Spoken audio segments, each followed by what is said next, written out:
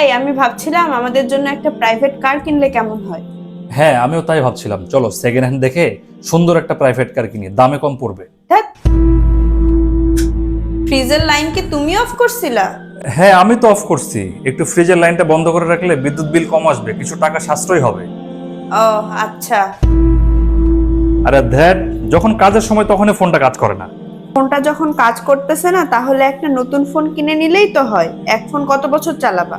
আরে না, এটা তো মাঝে মাঝে কাজ করে না। আর তাছাড়া ফোন তো শুধু কথা বলার জন্যই, খামাখার টাকা নষ্ট করার কোনো প্রয়োজন আছে? এটাই চলবে।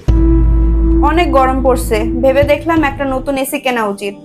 হ্যাঁ, এসি তো কিনবাই, কিন্তু নতুন কেন? বাজারে কম দামে অনেক সেকেন্ড হ্যান্ড এসি পাওয়া যায়। রুম ঠান্ডা হওয়া নিয়ে তো কথা নাকি? একটা সেকেন্ড হ্যান্ড এসি কিনলেই তো হয়, সস্তায় পাওয়া যাবে। সস্তা নয়, একদম নতুন আর দামি এসি নিব। যখন দেখি সবসময় শুধু অপচয়, সস্তা, সেকেন্ড হ্যান্ড, টাকা বাঁচানো, এগুলোই বলতে থাকো। একটু ভালো কিছু চিন্তা করতে পারো না? শোনো, একটা লিমিটের ভেতরে থাকা উচিত। আর অযথা খরচ কখনোই আল্লাহ পছন্দ করে না। এসব মানুষের বানানো কথা। আল্লাহ কখনোই চায় না তার বান্দা কষ্টে থাকুক, ছোট ছোট জিনিসের জন্য কম্প্রোমাইজ করুক। শোনো, জীবনে কম্প্রোমাইজ করেই চলতে হয়। আর তুমি যদি কম্প্রোমাইজ না করো, তাহলে ফিউচারের জন্য সেভিংস কিভাবে করবা? এমন কোনো কথা নাই, আল্লাহ বলছে উন্নত মানের জীবনযাপন করতে।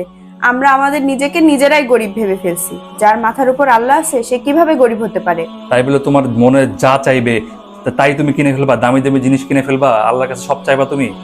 একবার চিন্তা করে দেখো, না চাইতে আল্লাহ তোমাকে এত মূল্যবান জিনিস দিয়েছে, আর এটা কিভাবে চাইবে যে তার বান্দা ছোট ছোট জিনিসের জন্য কম্প্রোমাইজ করুক? একদম চাইবে না। বরং আল্লাহ চাইবে যদি আমার বান্দা একটা গাড়ি চায় তাহলে তাকে সবচেয়ে সুন্দর গাড়িটাই দেব, আর যদি একটা বাড়ি চায় তাহলে সুন্দর বাড়িটাই দেই।